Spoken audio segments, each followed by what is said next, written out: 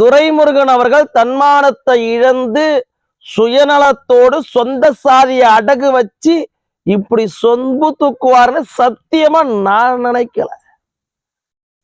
திமுகவுடைய தலைவராக இந்த மண்ணுக்கு கொஞ்சமும் சம்பந்தம் இல்லாத ஒரு குடும்பத்தை சேர்ந்தவர்கள், வெறும் 10,000 பேர் கொண்ட ஒரு சமூகத்தவர்கள்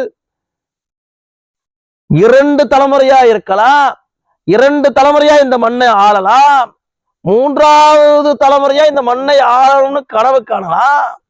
ஆனால் தமிழினத்தின் மூத்த குடி 3 1 பங்கு பெரும்பான்மையாக வாழக்கூடிய வன்னிய சமுதாயத்தை சேர்ந்தவர்களை பொதுச்சேரா ஆக்குனதே பெருமண்ணு. துரைமுருகன் பேசுறாருன்னா இது துரைமுருகன் அவருடைய 60 ஆண்டு கால அரசியல் வாழ்க்கைக்கு அசிங்கம் இல்லையா? ஏன் இந்த சமுதாயம் இன்னும் முன்னேறவில்லை என்பதற்கு இப்பதான காரணம் புரியுது. ஒரு நியூஸ் கார்டு சமூக வலைதளங்கள்ல சுத்திக்கிட்டு தெரிஞ்சுது. ஏன்னா பல ஃபேக்கான நியூஸ் கார்டு சுத்தி தெரிஞ்சுக்கிட்டு இருக்கும். அப்படியாகத்தான் சத்தியமா நானும் இந்த நியூஸ் கார்டு நினைச்சேன். சரி, எதுக்கும் பரிசோதித்து பார்ப்போம்னு அந்த ஏவிபி நாடு சமூக வலைதள பக்கங்களை தேடி பார்த்தாதான் அதிர்ச்சி. துரைமுருகன் பேசியிருக்கிறாரு திமுகவுடைய பொதுச்செயலாளராக வன்னிய சமுதாயத்தை சேர்ந்த, அதாவது அவரை துரைமுருகனாகிய என்னை ஸ்டாலின் தளபதி நியமிச்சிருக்கிறாரே, இதுவே இந்த சமுதாயத்துக்கு போதாதான். ஏன்னா துரைமுருகனை பொதுச்செயலாளர் ஆக்குனதுனால வன்னியர்கள் நல்ல வேலைக்கு போயிட்டான், அதிகாரி ஆயிட்டான், செல்வ செழிப்போடு வாழறான், எந்த கஷ்டமும் இல்லாம இருக்கிறான். இன்னைக்கும் இடஒதுக்கீடு சரியாக கிடைக்காத காரணத்தினால் ஏமாந்து போய் வேர்வை சிந்தி உழைச்சுதான் சாப்பிட்டு இருக்கிறான். துரைமுருகன் பொதுச்செயலாளர் ஆனதாலதான் வன்னியர்கள் வீட்டுல உல கொதிக்குதா? நீண்ட நெடிய அரசியல் அனுபவம் கொண்ட துரைமுருகன் இந்த கூட்டத்துல என்ன பேசியிருந்திருக்கணும்? 21 வன்னிய தியாகிகளுக்கு மணிமண்டபம் கட்டுறீங்க, மகிழ்ச்சி. ஆனால் இவர்களுக்கு ஏன் இடஒதுக்கீடு தர மாட்டேன்றீங்கன்னு இதே வன்னியர்னு சொல்லிட்டு பேசுறீங்களா? இதே வன்னியராக இருந்தால் நீங்கள் பேசியிருக்கணுமா இல்லையா? ஏன் வன்னியர்களுக்கான இடஒதுக்கீடு தர மறுக்கிறீர்கள்? தமிழ்நாட்டு அரசிற்கு அத்தனை அதிகாரம் இருந்த போதும் ஏன் சாதிவாரி கணக்கெடுப்பு நடத்த மறுக்கிறீர்கள் கேட்டிருந்தா துரைமுருகன் அவர்கள் இந்த ஒட்டுமொத்த சமுதாயம் மதிச்சிருந்திருக்கும். இதே இடத்தில் வீரபாண்டியார் இருந்திருந்தால் இப்படியான ஒரு பேச்சை பேசியிருப்பாரா? மதுராந்தகத்தார் இருந்திருந்தால் இப்படியான ஒரு பேச்சை பேசியிருப்பாரா? இன்னைக்கு நீங்க மணிமண்டபம் கட்டி இருக்கிறீங்களே, ஐயா ஏ கோவிந்தசாமி அவர்கள் இருந்திருந்தால் இப்படியான ஒரு ஏப்பசாப்பையா இந்த சமுதாயத்தை நினைச்சு ஒரு பேச்சு பேசியிருப்பார்களா? ஆனால் துரைமுருகன் அவர்கள் மட்டும் ஏன் இப்படியான ஒரு பேச்சு பேசும்? அப்படியான நெருக்கடிய திமுக கொடுக்குதா? நாங்கள் உங்களுக்காகவும் சேர்ந்து போராடிட்டு இருக்கிறோம். பாட்டாளி மக்கள் கட்சி உங்களுக்காகவும். இன்னைக்கு ஒரு 4வது ஒரு அமைச்சர் வந்திருக்கிறார், சேலத்தை சேர்ந்தவர். எப்படி வந்தாரு? பாமகவின் அழுத்தத்தினால.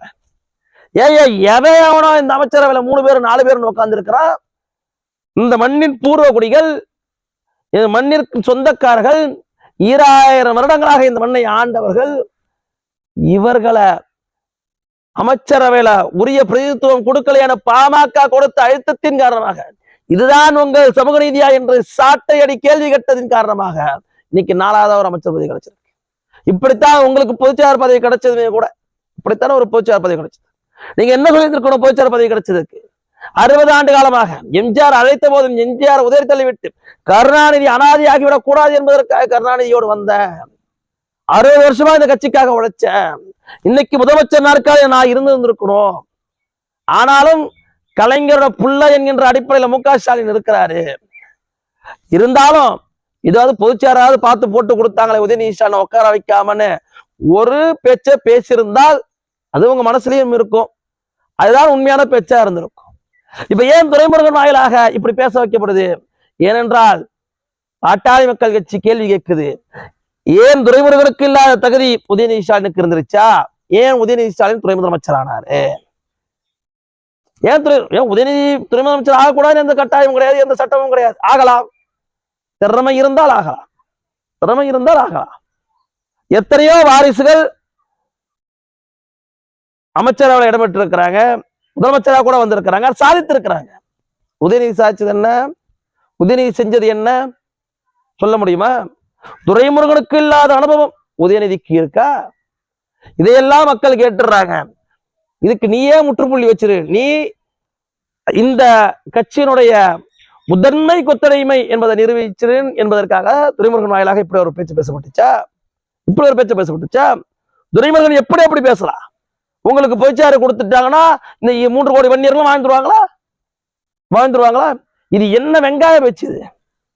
என்ன வெங்காய பேச்சு? அவன் இடஒதுக்கீடு கிடைக்காம அவதிப்பட்டுக்கிட்டு இருக்கிறான். படிச்ச படிப்புக்கு வேலை கிடைக்கல, பள்ளிக்கூடத்துல இருந்து கல்லூரிக்கு போறதுக்கு உரிய இடஒதுக்கீடு கிடைக்கல. அதை பத்தி பேச வக்கு வாய் வரல. உங்களுடைய மாவட்டம் இப்ப 2ஆம் மூணா பிரிஞ்சிருந்தாலும் உங்களுடைய மாவட்டம் இல்லையா ராணிப்பேட்டையில?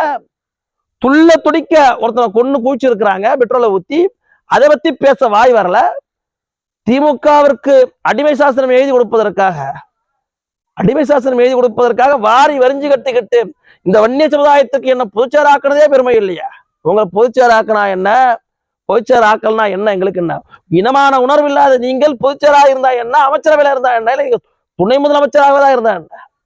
துணை முதலமைச்சராக தான் இருந்தா என்ன? மு.க. ஸ்டாலின் தான் இருக்கிறாரு. சொந்த சாதி பற்றோடு தான் மச்சா மூலியமா இசைவாளர் சமுதாயத்திற்கு ஆதரவாக வன்னியர் இடஒதுக்கீட்டை எதிர்ப்பதற்காக தூண்டி விடுறாரு. நீங்க கேள்வி கேட்டதுண்டா? இன்னைக்கு 21 பேருக்கு மணிமண்டபம் கட்ட வந்துட்டியே, எங்களை எல்லாம் என்னென்ன சொல்லியிருப்ப? மரவெட்டின்னு சொன்ன, வன்முறையாளர்கள்னு சொன்னியே, இன்னைக்கு எப்படி சமூக நீதி போராளின்னு சொல்ற? ஏனென்றால் மருத்துவர் அன்புமணி ராமதாஸ் அவர்கள் விதைத்த விதை, வன்னியர்கள் யாரும் திமுகவுக்கு ஓட்டு போட்டுவிடக் கூடாது என்று மனதில் ஆழ பதித்து வைத்த விதை. அதனால பயந்து போய் இன்னைக்கு இப்படி பேசுற. நீ மணிமண்டபம் கட்டு. அடுத்து முதல்ல என்ன பண்ணியிருக்கணும்? முதல்ல எதற்காக அவர்கள் உயிரை விட்டாங்க? இந்த மக்களின் உரிமைக்காக. அந்த 10.5 விழுக்காடு இடஒதுக்கீடு கொடுக்க வக்கு இல்ல.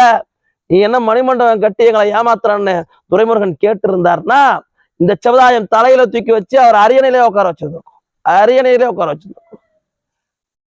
இப்படியான ஒரு பேச்சு ஏத்துக்கவே முடியல. இவரை பொதுச்சாராக்கிட்டாங்களா? அதனால இந்த வன்னிய சமுதாயத்திற்கெல்லாம் பெருமை செஞ்சிருச்சு. இந்த மண்ணை ஆண்ட இனம் உங்களை பொதுச்சாராக்கணும் இந்த சமுதாயத்திற்கு பெருமை. உங்களை பொதுச்சாராக்கணும் இந்த சமுதாயத்திற்கு பெருமை. இதே இடத்துல எனக்கு தகுதி இல்லையா, நான் ஏன் துணை முதலமைச்சராக இருக்கக்கூடாது என்ற கேள்வி கேட்டிருந்தீங்கன்னா இந்த சமுதாயத்திற்கு பெருமை. ஏன் 2 துணை முதலமைச்சர் இருக்கட்டும்? நீங்க பெத்த காரணத்திற்காக உதயநிதியும் இந்த கட்சியை வளர்த்த காரணத்திற்காக நீங்களும் இருந்திருக்கலாமா இல்லையா?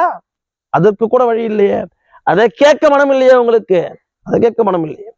இதே கே.என். நேரு அவர்கள் சொல்லுவாரா? என்ன திமுகவுடைய முதன்மை செயலர் ஆக்கினதே ரெட்டியார் சமுதாயத்திற்கெல்லாம் பெருமை, வேற என்ன வேணும்னு கேட்டு விடுவாரா? அந்த சமுதாயம் தான் விட்டுடுமா? இதே ராஜகண்ணப்பன் சொல்லுவாரா? என்னை அமைச்சராக்குறதே இந்த யாதவ சமுதாயத்திற்கெல்லாம் பெருமை, வேற என்ன வேண்டும்னு பேச்சுடுவாரா?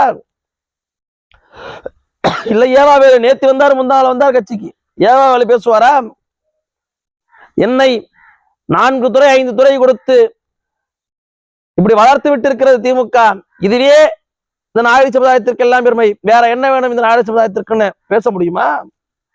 இந்த மண்ணில் 1 விழுக்காடு 2 விழுக்காடு உள்ள மக்களை கூட அந்த மக்களுடைய பிரதிநிதிகளாக அமைச்சரவையில் இருக்கக்கூடியவர்கள் புறந்தள்ளுறது கிடையாது. ஆனால் எப்படி நீங்க இந்த மக்களுக்கு துரோகம் செய்ய முடியுது? மக்களுக்கு எப்படி துரோகம் செய்ய முடியுது? தான் விரலை வச்சு தான் கண்ணியா குத்துறாங்கன்றாங்களே, இதுதானா? இது உண்மையாலுமே எங்க விரல் தானா? அதே எங்களுக்கு கேள்வியா இருக்கு. இப்படியான அபத்தமான பேச்சுகளை நான் வன்னியர் என்று சொல்லி கொண்டுட்டு பேசக்கூடிய அமைச்சர்கள் தவிர்த்துக்கணும். நீங்க இந்த சமுதாயத்திற்கு ஒரு கிள்ளி போட வேண்டாம். இது வரைக்கும் ஒன்றும் பண்ணதும் இல்லை, இனிமேட்டு பண்ண போறதும் இல்லை. அதை நாங்கள் பார்த்துக்கிறோம். அதன் போராட்டத்தின் வடிவமாக இருந்தாலும் சரி, ஜனநாயகத்தின் பாதையில் இருந்தாலும் சரி, இல்லை தேர்தல் முடிவுகளாக இருந்தாலும் சரி, திமுகவிற்கான பதிலடியை நாங்கள் பார்த்துக்கிறோம். நீங்கள் ஓரம் என்று வேடிக்கை பாருங்கள் போதும். உங்களுடைய சுயநலத்திற்காக சமூக நீதியை குழி தோண்டி புதைக்காதீங்க. உங்களுடைய பிழைப்பு வாதத்திற்காக இந்த பெரும்பான்மை சமுதாய மக்களை அடகு வைக்காதீங்க. உங்க சுயநலத்திற்காக இந்த சாதியை இழிவுபடுத்தாதீங்க. இதை செய்யாமல் இருங்கள் போதும். உங்களுக்கு கோடி கும்பிடு. இதை மட்டும் செய்யாமல் இருங்கள்.